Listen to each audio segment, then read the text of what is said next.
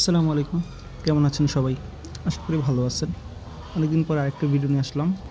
কাঠগোলাপের এই ভ্যারাইটিটির নাম হচ্ছে চার্লেট ইবার্টের সিডলিং।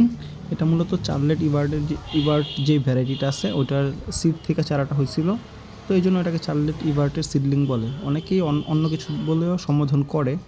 তো আমি নরমালি হচ্ছে এটাই চিনি, চার্লেট ইবার্টের সিডলিং। তো ২ বছর আগের গাছ এটা।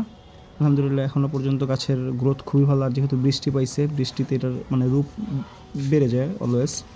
আর এই কিছুদিন আগে কিছু কাটিং করছিলাম, ৩টা কাটিং করছিলাম।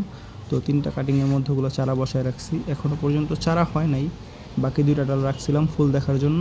তো এখন 2টা ডালেই কলি আছে, একটা কিছুদিন আগে ফুটছে, তখন ছবি বা ভিডিও করা হয় নাই। তো আজকে মনে চাইলো যে একটু ভিডিও করি, দেখি। তো এই জন্য আর কি ভিডিওটা করা। ভালো থাকবেন সবাই। আসসালামু আলাইকুম।